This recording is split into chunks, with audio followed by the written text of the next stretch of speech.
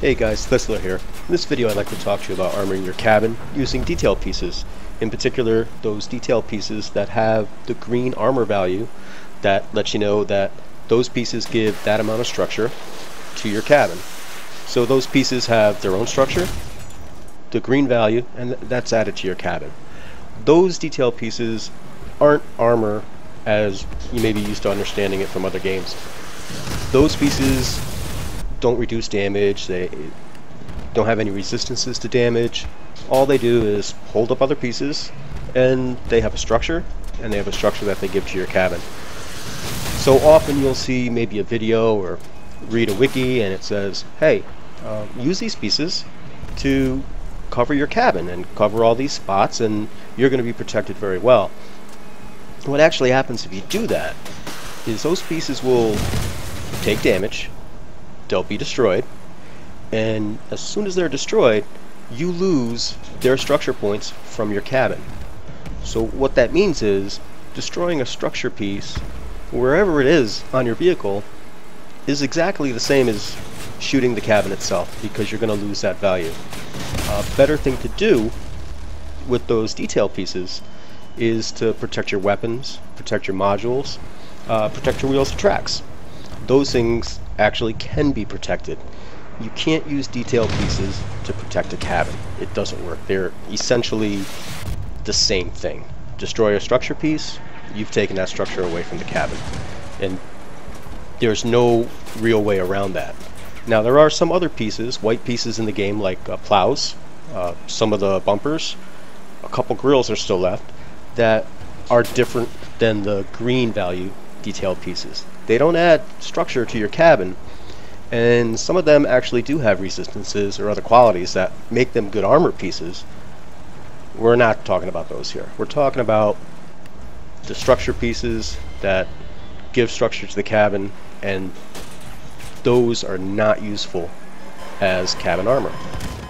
About this time someone might say, well, what about spaced armor? Would spaced armor work? And yes and no. What you need to do is spaced armor needs to prevent or keep more than twice as much damage from happening to any part of the car as the structure points that you sacrifice. So if you use up 100 structure points making up some spaced armor, you'd better be preventing more than 200 structure points worth of damage.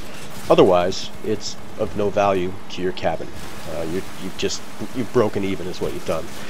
And that's great if you're trying to block some missiles or you're maybe saw cannon explosive damage, but hello machine guns, hello autocannons.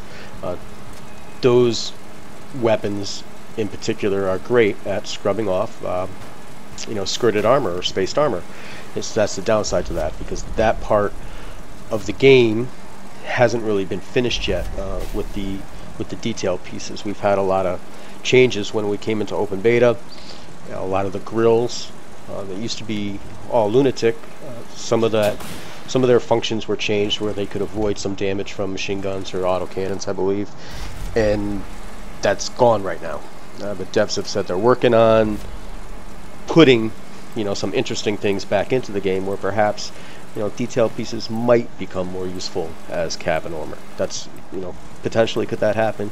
Sure, it could happen. It's still a beta, they're still working on it, but for right now you're better off focusing your efforts in, even in skirting or spaced armor, you're better off focusing on protecting those critical modules, those other components, and probably not being like me and putting ammo boxes on your front bumper. That's probably not considered a great move, but part of my testing, what I did find out was really the best defense, the best type of armoring was to not get hit. Keep your mobility, keep moving, and don't get hit. And when you need to armor, oh my god, look at him. Alright, focus your armor on the part of your buggy that you're going to be pointing at the bad guys. So to show you how I tested for this, what I did was I separated the cabin from all the other detail pieces that give structure. And I used a Levi, but if you can't do that, you can set up your own car and do the same thing. And here you just see that that cabin took the full damage, which on this Levi was about 5k, before it was destroyed, and when it was destroyed, of course, all the structure collapsed. And you separate that from the structure. Now the cabin, a couple hundred points of structure, and it's done.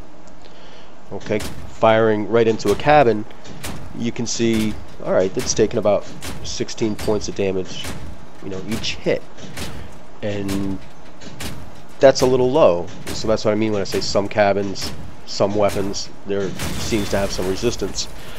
So what we'll do is we'll move around, try it again. We're going to shoot into the back of the cabin, and we'll see, same weapon, it's doing a little bit more damage now. And all the structure for the vehicle is, of course, concentrated in the cabin.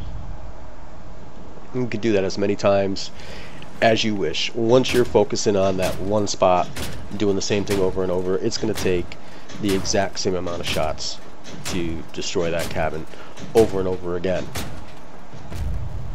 So, what about that armor piece? Let's start pegging on that a little bit, and we'll see. Look, that's taken the highest damage yet. Move on to the cabin, and gone. So you can see it actually takes fewer shots to destroy this by shooting through that panel that's covering the cabin, and that's going to happen every time. You can do it over and over, the same thing's going to happen no matter where you put it. So I don't think you would find anybody in the game right now that would argue that trying to kill the cabin first is a great idea. I think everyone pretty much understands that destroying the weapons, and if that's not possible, immobilizing the enemy is probably the way that you want to go. But also I think what needs to be said is just armoring the cabin is probably a waste of time. Focus your efforts on those weapons and on keeping your mobility, and you'll just be a lot more successful with whatever resources you have. So I hope that shows for you why you really don't need to armor your cabin, and maybe next up we'll do a little bit on how you can actually make some effective spaced armor or weapon mounts for your vehicle. Okay, thanks for watching. Glad you could make it. Cheers.